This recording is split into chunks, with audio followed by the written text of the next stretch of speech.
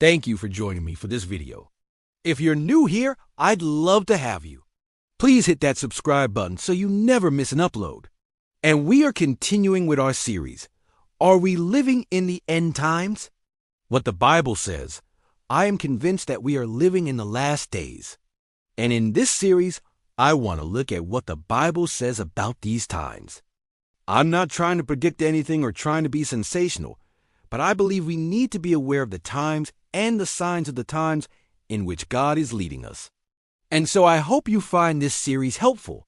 In today's video, I want to look at Matthew 24, verses 36 to 39. So let's go there now. And it says, But concerning that day and hour, no one knows, neither the angels of heaven nor the Son, but the Father only. But as the days of Noah were, so will be the coming of the Son of Man.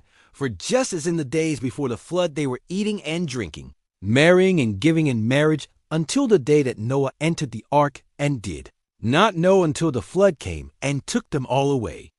So will the coming of the Son of Man be. Now, the disciples had asked Jesus, When will the temple be destroyed? And when will the end of the age be? So Jesus gave them some very interesting parables, some things to look for. And then he gave them this direct answer. No one knows the day or the hour when the Son of Man will come. Only the Father knows it. Now, why does Jesus say only the Father knows it? Well, because only the Father knows the hearts of men. And we know from other scriptures that Jesus gave his life so that all who believe in him will not perish, but have everlasting life. John 3:16 says, For God so loved the world that he gave his only begotten Son, that whoever believes in him should not perish, but have everlasting life. So Jesus is saying only the Father knows who those people are that have put their trust in him, and therefore, only the Father knows the day and the hour when the Son of Man will come. However, Jesus said, As the days of Noah were, so will be the coming of the Son of Man. Now, what do the days of Noah represent? They represent a time of judgment. Genesis chapter 6 says that the earth was filled with violence and corruption and wickedness. And God looked down and saw that it was good. So he sent a flood to cleanse the earth of all of its corruption and wickedness. The earth was corrupt and wicked, and it needed a cleansing. And so a judgment was sent. So Jesus is saying, as it was in the days of Noah, people were living their normal lives, eating and drinking, getting married, marrying, having children, until the day that Noah entered into the ark. And this is significant. Until the day that Noah entered into the ark. You know, sometimes we think, well, if the judgment is coming, the flood is coming, everybody's doing what they can to prepare. But Noah was the only one that was preparing. All the others were just going about their daily lives until the day that Noah entered the ark, and then the rains came. I believe that we are living in such a time right now. People are going about their lives. They're not paying attention to the things that are happening around them.